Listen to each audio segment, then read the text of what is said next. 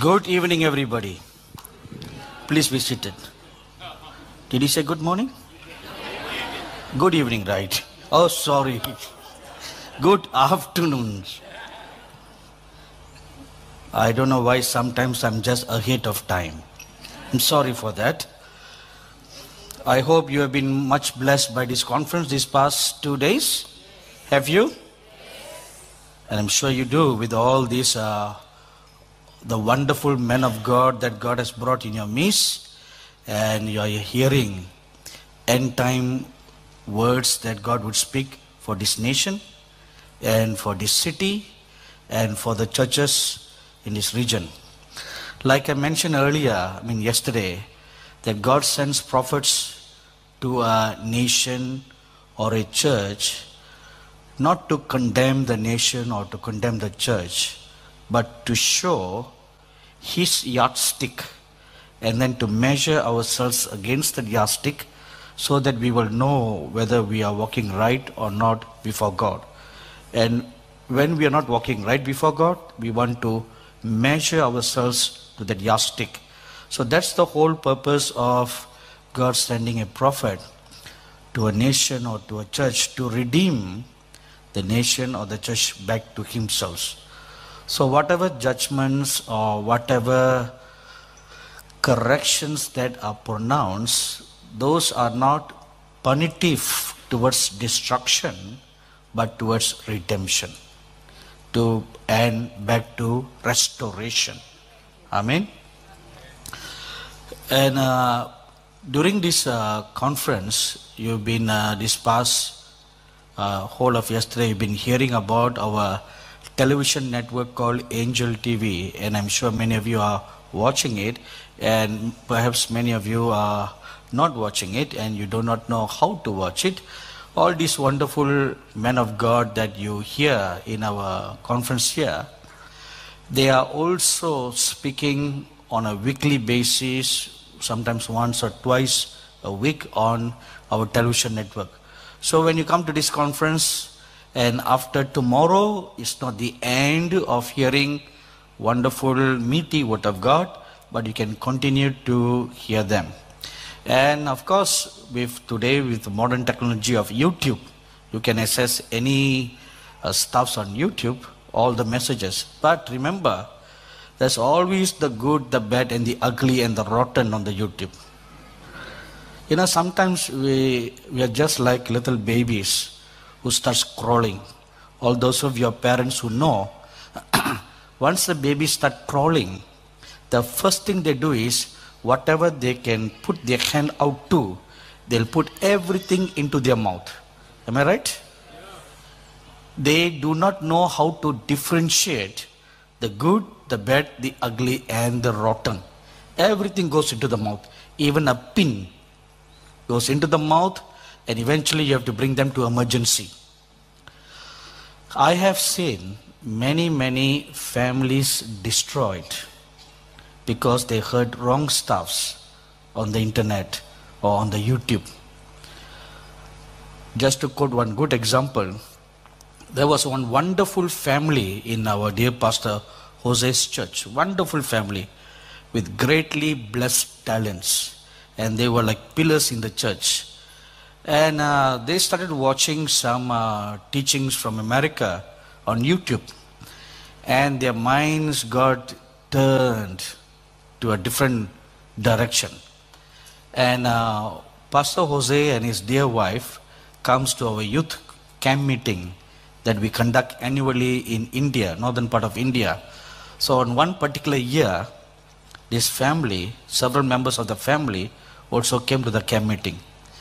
And at the end of the camp meeting, as we were driving down from the Himalayan mountains right to the foothills where there is an airport, this brother sat beside me and he said, I wanted to ask you some questions.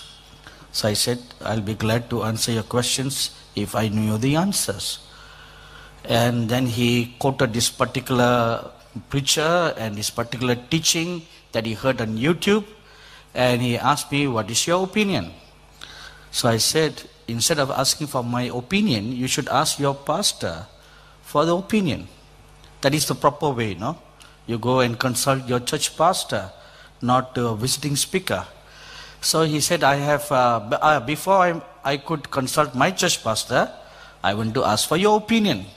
So I heard everything that he had to say, and I told him, my dear brother, what you heard, that teaching is not biblical, and it's not practical, it is not spiritual.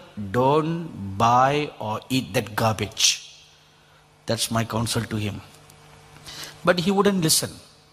You know, like what we shared earlier, you like to have your ears tickled. This is another signs of the last days.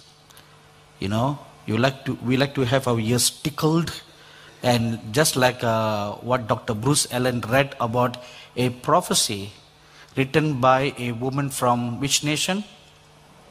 Norway. And she must be a prophetess in order to have such encounters with God. And whatever we see today in our present day, not even society, but also in the church society at large, all the grisly gospel, cheap grace teachings.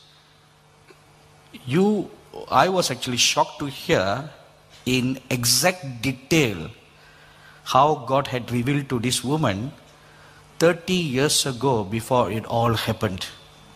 And they were all in exact detail. So, the teachings that are so popular and prevalent today, where a large majority of people are flocking to such churches, God has revealed 30 years ago that is a perversion that is coming into the church. And the perversion today is widely embraced as a wonderful thing. And there's a church in Singapore, the largest church, which embraces such teaching. Now, once you embrace such teaching, you always will have a large crowd. Even if all the 7 churches in our committee here, if they were to embrace that teaching, this conference we will be holding in the Sydney Olympic Stadium. Right? We would not be in this place, because we'll have a great crowd who will want to have their ears itched. Now, this is a sad picture that we want to be careful of. So, that family wouldn't listen to correction. Eventually, they created a big ruckus in the church, and not only that family left, but they pulled several others also out of the church, about maybe 15, 20 of them out. See, once you claim to have special light and others are not agreeing with you, you will end up starting your own church. Because if you cannot submit under somebody, you will eventually become the boss. Right? You have to become the boss. So you will have to have a company of people who will want to believe that particular teaching. You know, such things will never ever stand, because anything that is built on unrighteousness will never stand. It will fall. About 20 years ago, I was invited to minister at a pastor's fellowship in Singapore. And after the fellowship, the pastors always have their special fellowship. Teas, cakes, all the stuffs, you know. What good is a fellowship without eating, right? Even our pastor Limbu announced earlier, we have spiritual fellowship and then we have physical fellowship. So after this conference, don't immediately rush to eating, because we need to bend our knees and pray. Amen. And so while we were eating, a young pastor came up to me and he gave me his name card and he introduced himself and said, next time when you visit Singapore, please come to our church. So as a mark of courtesy, I said, all right, I will consider it. So when I went back, I began to pray about the invitation, and the Lord told me, don't go, period. And I don't know why the Lord said don't go, and neither is it my habit to ask the Lord, why don't go? Because if the master says don't go, you period, don't go. If you keep on asking, you'll end up becoming like Biliam. I'm sure you don't want to become like Biliam. Once a no is a no or a yes is a yes, you don't ask any further. And subsequently, another time at the same fellowship, this pastor came up to me again and he said, when are you going to come to our church? And he extended another invitation, and before he left, he shook my hand. As soon as his hand touched my hand, I heard the Lord say, don't go to his church. So I didn't know why the Lord would tell me not to go to his church the second time. So I went and prayed and asked the Lord, why are you not allowing me to go to this church? And the Lord told me, I don't want you to go to his church because that church is built on unrighteousness. The foundation of the church is unrighteousness. And that is blood in his hands. So don't go. So I didn't know anything further about the church. So I called my host pastor who invited me to the fellowship. I said, can you tell me something about this pastor and his church? And he told me a very heartbreaking, pathetic story. This young man was a youth pastor of another church, a larger church. And the larger church, the pastor, he labored to build his church from zero.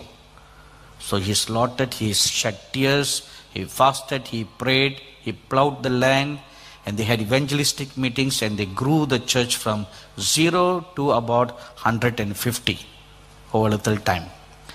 And this church also does missions work to the Philippines. So once the pastor, the senior pastor, led a team to go to the Philippines for a missions work. In his absence, this is what most churches do. Instead of assigning their own elders or their own youth pastors to preach, they will open the pulpit for other guest speakers who are visiting guest speakers from around the world to come and speak in their churches. Sometimes good comes, sometimes bad, sometimes ugly, sometimes rotten comes. And so an American speaker, an American minister came to speak in their church the very first Sunday that the pastor had gone. He preached a good message that was edifying the church. After his ministry, he started ministering to the people. And then he pointed his finger straight at this youth pastor. And he said, my dear brother, God has called you to do great work, and this place is not your place. You're supposed to go out and start your own church, and you will have a great ministry, blah, blah, blah, blah, blah, blah, blah. So, and that young pastor was so excited with that prophetic word. Before the senior pastor could come back, he took all the youths out of the church and started his own church.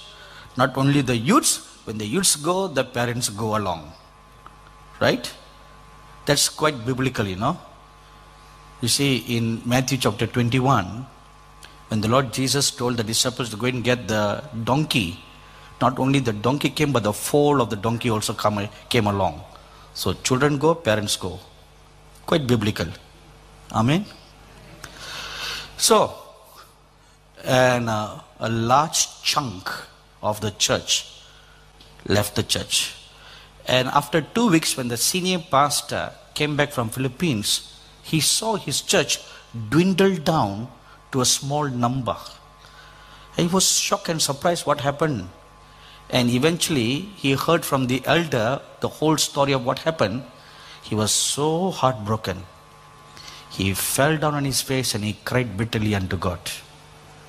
Broken-hearted man. And this is what the Lord showed me. He stole. If I believe with all my heart, God can call someone out of a church to do something greater. I have no doubt about that. But that should not be at the expense of breaking your own church. If God calls you out, you should go out as a single person. Go out. and pioneer a work from scratch.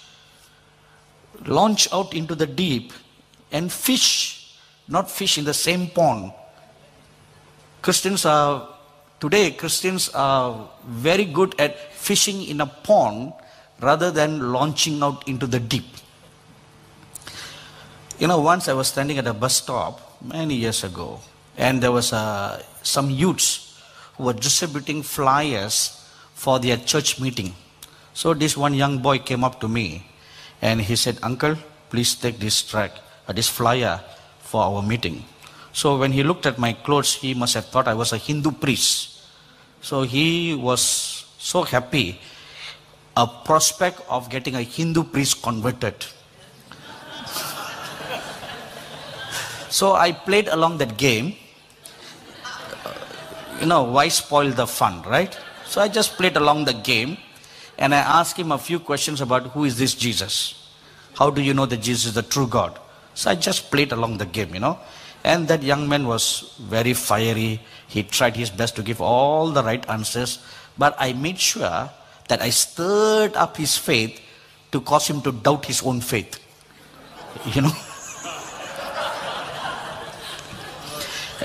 But that young man tried his very best to answer all my questions. So finally I told him, "Look, I am a believer myself." He said, "It's all right, uncle. You can still come to a church and repent and get saved again."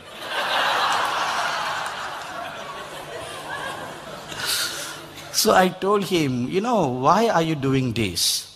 You should go out to the Hindus, the Muslims, the Buddhist people, all the other non-Christians, and give this one invitation to them. Not come to the Christian and make them leave their own church and come to your church. That is wrong."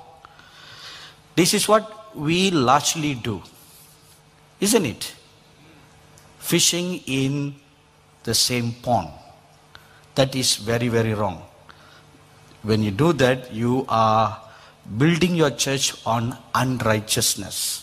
And when you build on unrighteousness, it will never, never stand. And God will not be in it. He's never in it. He's far away. He's outside. So let's bear this in mind. That is why God sends prophets to give us corrections towards redemption, corrections towards restoration, so that we will know the walk that we need to walk, so that our churches will be built on righteousness, like the bride of Christ, not like building a church after the pastor's own image and likeness. As we are built in Christ's own image and likeness, we should build the believers after the image and likeness of Christ and build the kingdom of God rather than building our own kingdom. Amen.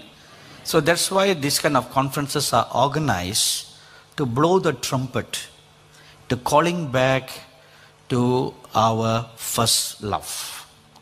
That is the primary duty of a prophet, calling the church back to its first love.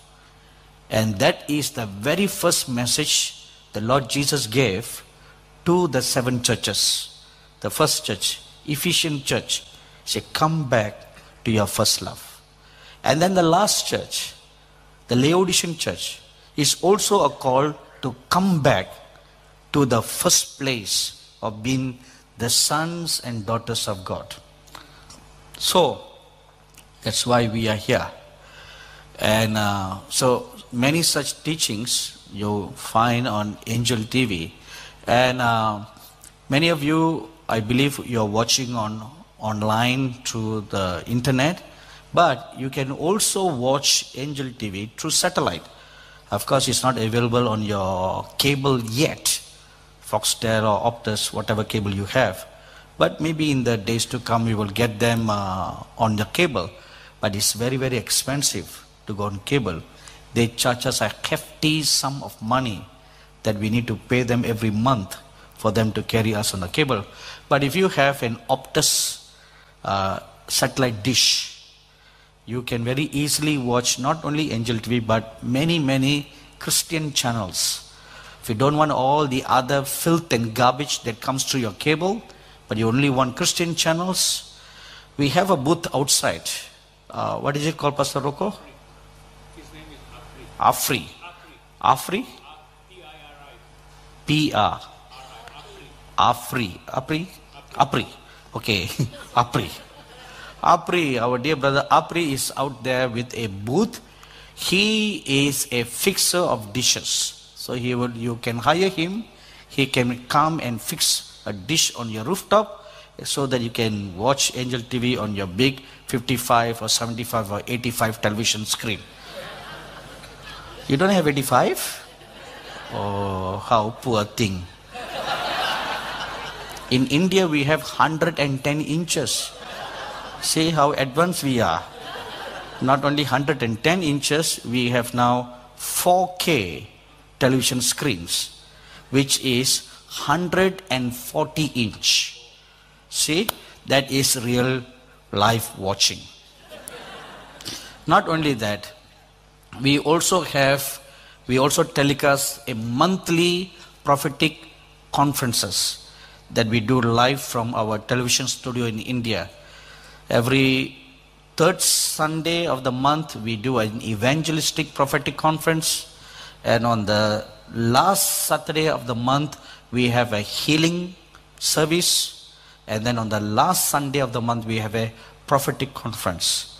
So those are all televised live, besides many other live programs that are televised live on all our 12 channels. I will share more about this to you tomorrow as well, explain to you about Angel TV.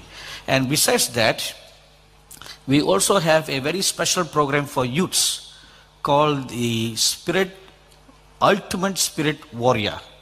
Did you chance by the table outside where there's Ultimate Spirit Warrior? Where is Pax? Pexi? Up there, can you come down? Pexi, the man that you saw playing on the drum, is the beloved son-in-law of Pastor Jose and Pastor Stella Rocco. Only son-in-law and favorite son-in-law. When you have one, he's the favorite, right?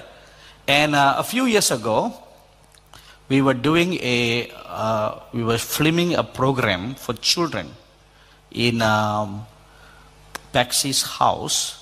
And while we were filming, and Paxi was helping us with the cameras, and I was standing in one corner watching directing the whole program, and I saw an angel of the Lord come and stand beside him.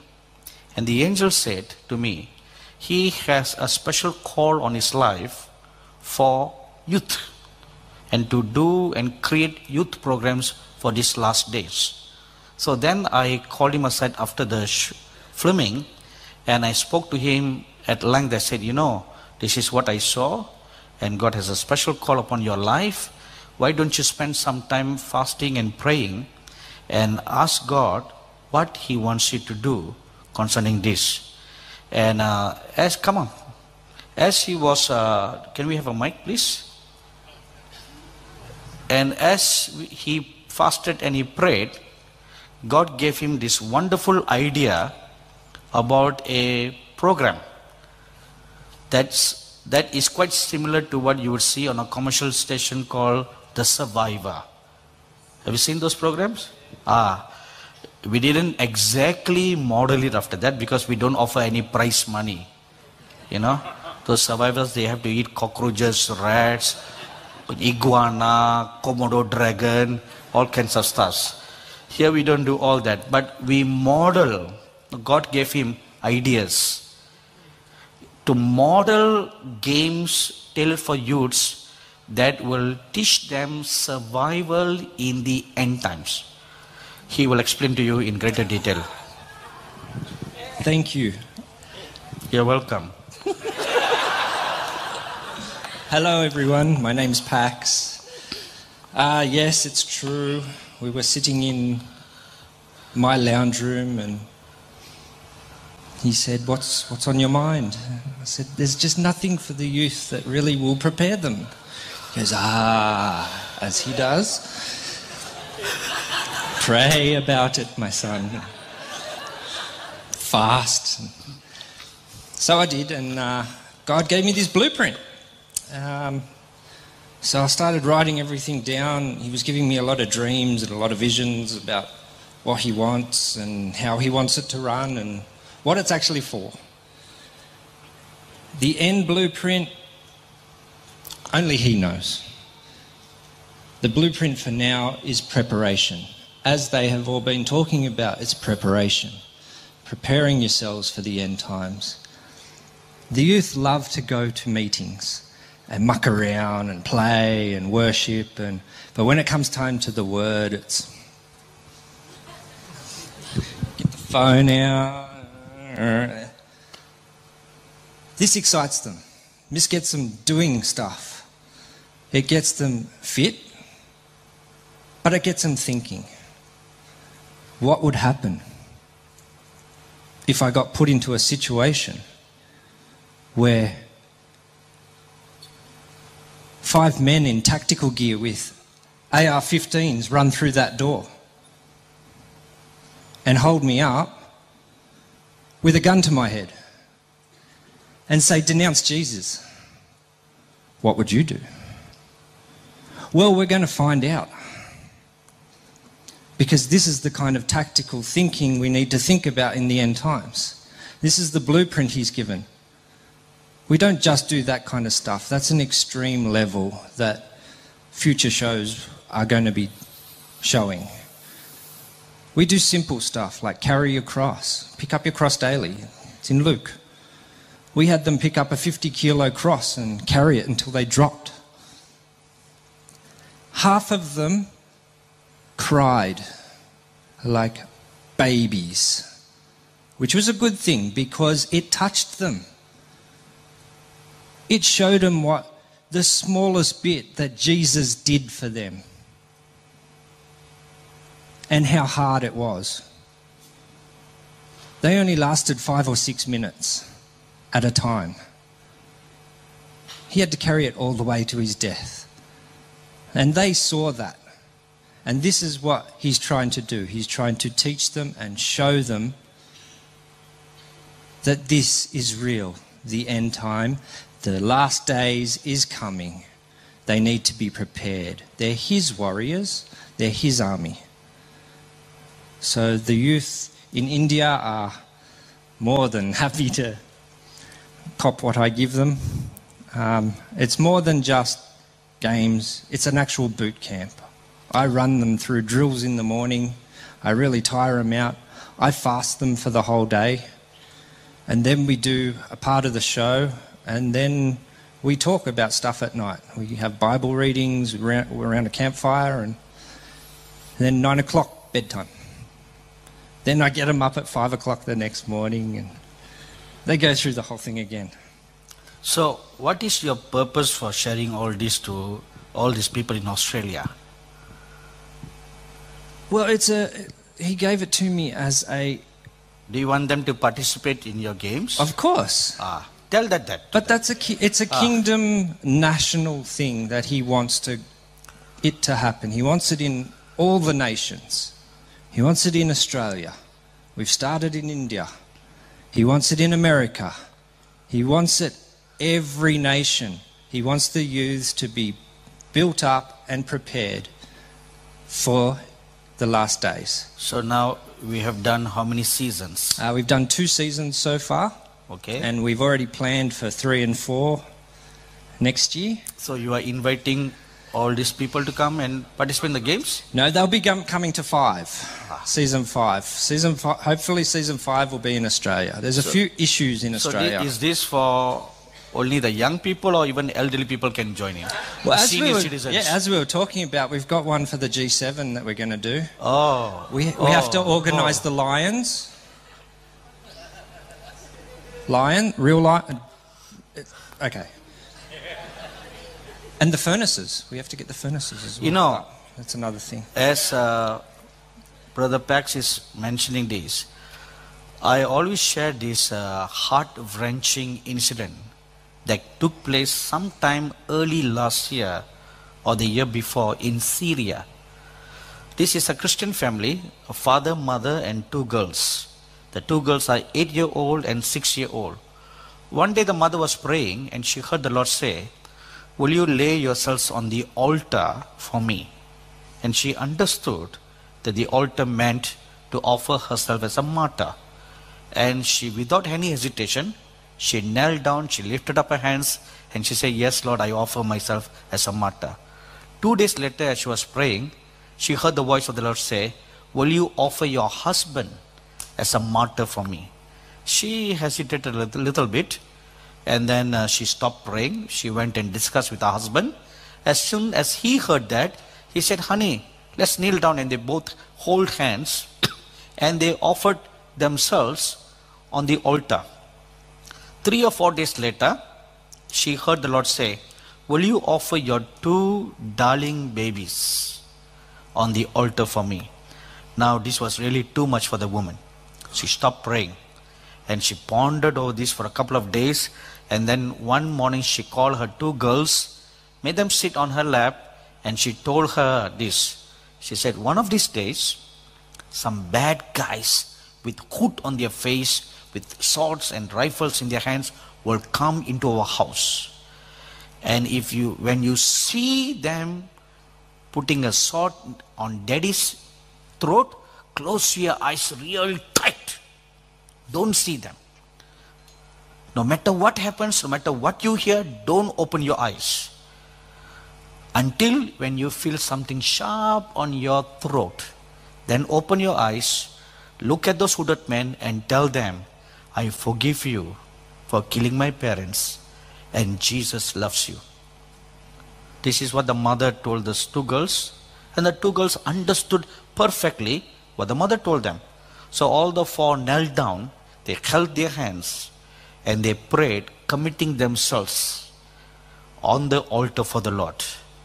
And after all this was done, a few days later, one morning, their living room door was kicked, banged to open, and 3 ISIS terrorists walked in. And they killed the father, and he dropped dead because he was asked to renounce the Lord and accept Muhammad as the only prophet of Islam. He refused to do, and they beheaded him. And the children heard that, and they remembered what the mother said.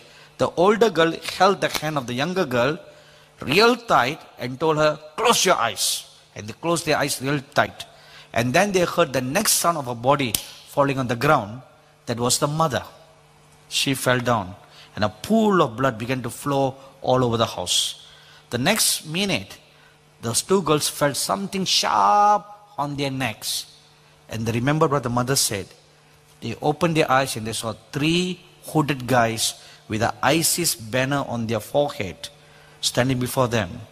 And these guys asked them, "Will you renounce Jesus Christ as Lord and God and accept Islam as your true, or Allah as your true God?"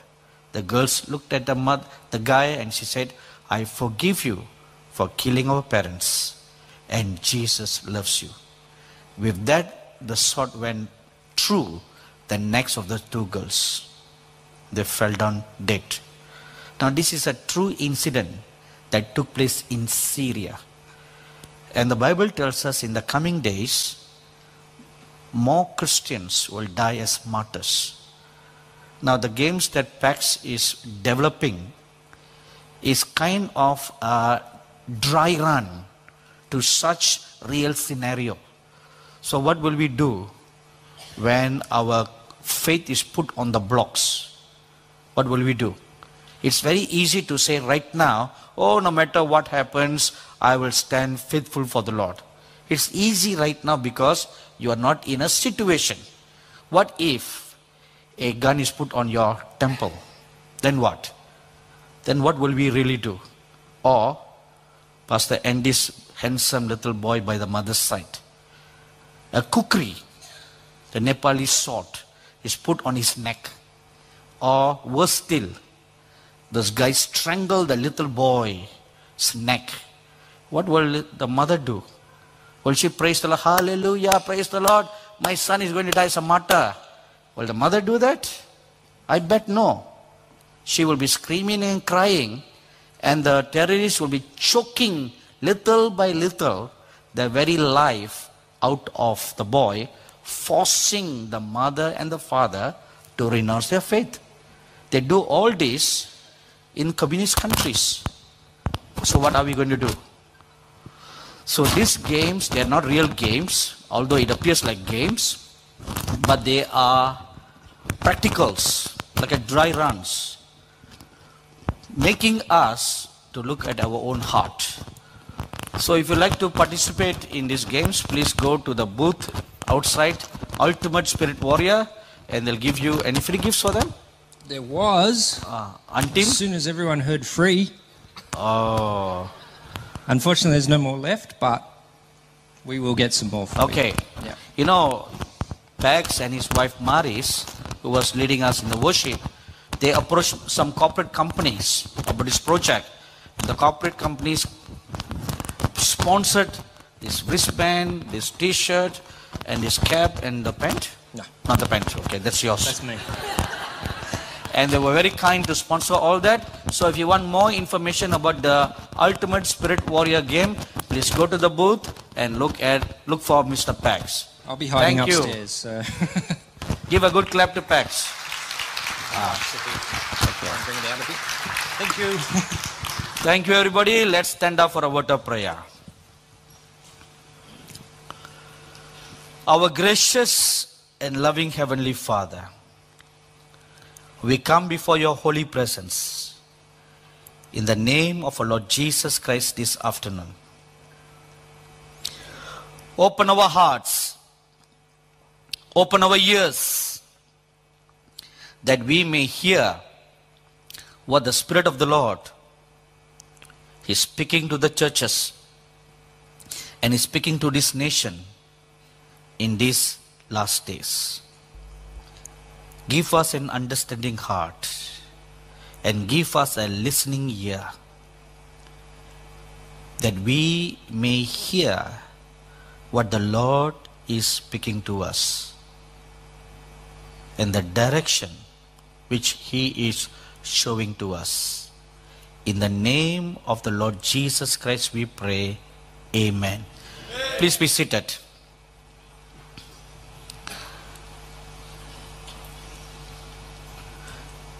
Since the whole of yesterday, I do not know what was preached this morning, but yesterday you heard about myself and the other two speakers bringing words of judgment. And you will know that when I ministered in the morning, the other two speakers were not there. But when they brought the messages, it all lined up. Like part 1, part 2, part 3, like confirming one another. Am I right, everybody?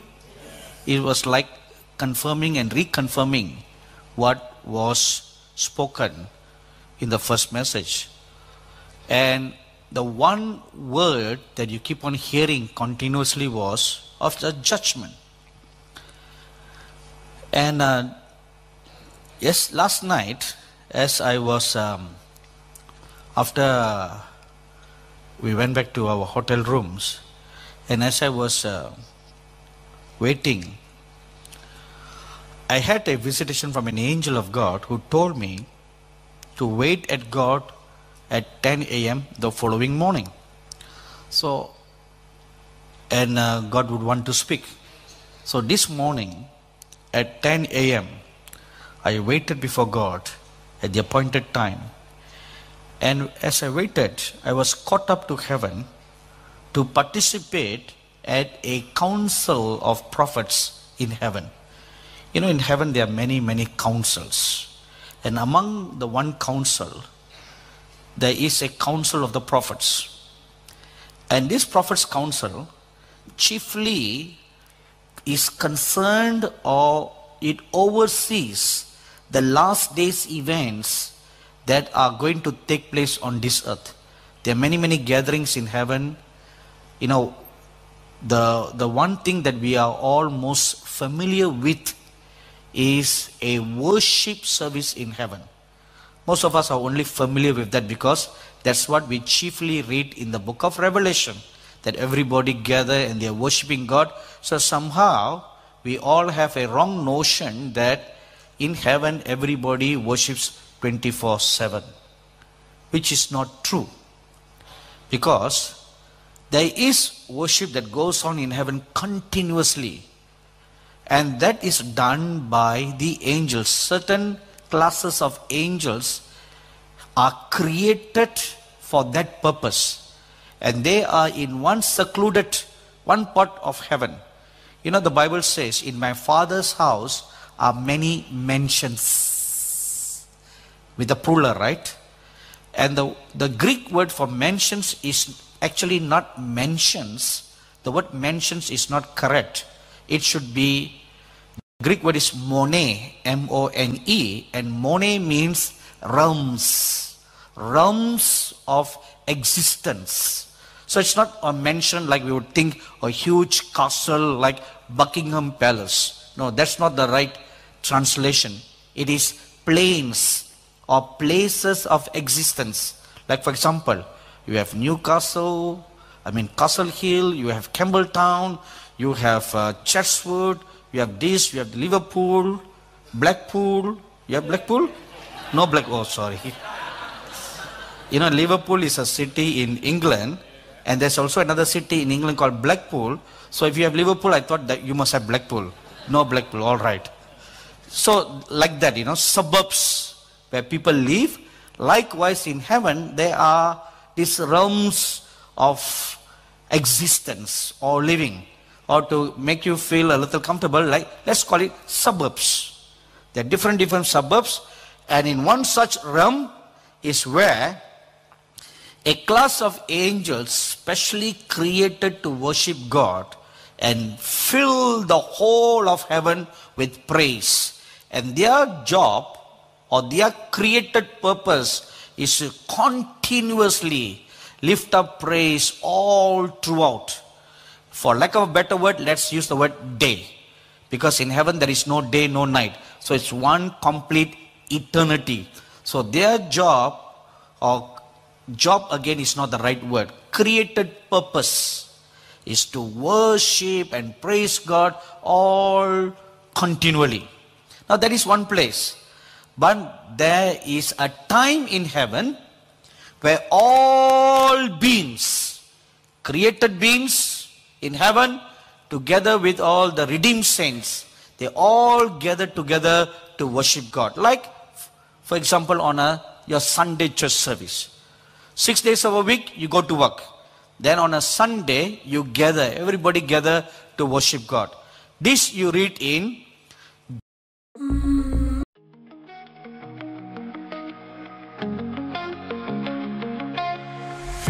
a world where the lines are blurred, we chase the voices never heard. One man wakes after 20 years.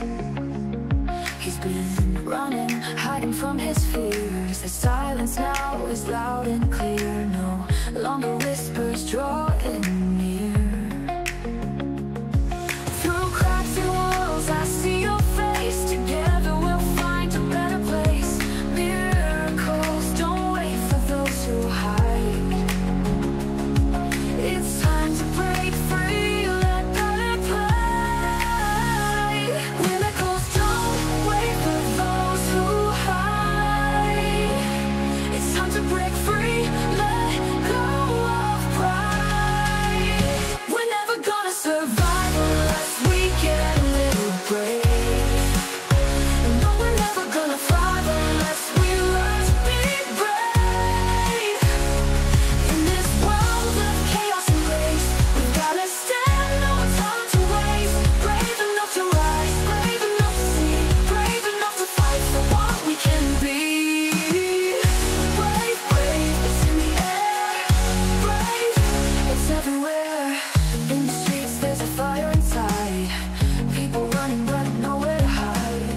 When one voice cries out, the sound's too small. We've all been waiting